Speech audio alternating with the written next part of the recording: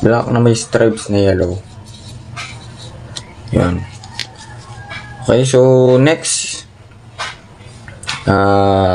yung last natin, which is ang kulay naman ng wire na to guys is kulay red. So wala siyang lining, no? Pure red lang siya.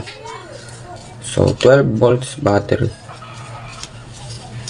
Ayan. So ibig sabihin galing siya sa battery, kaya tinawag na battery operated. Ayan, kulay red. So kung mapapansin nyo, nawala yung kill switch natin. And napalitan ng 12 volts battery, nawala din yung stator. So dito nga pala guys, kapag pinatay nyo yung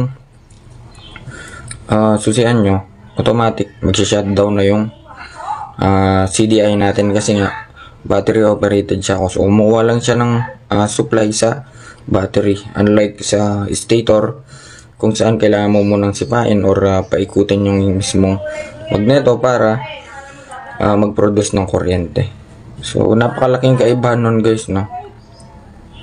Kaya dapat kapag battery operated, so napakaganda dapat ng iyong charging system para continuously na-charge yung battery nyo, kasi nga kumukuha ng source yung CDI para mapaandar yung buong motor natin sa mismong 12 volts battery. So parang circulation lang siya guys.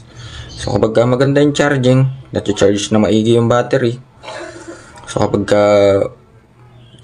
fully charge yung battery, kukuha ng source yung ating CDI sa ating 12 volts battery. So paulit-ulit lang yung circulation. So kukuha ng supply para mapaandar yung motor.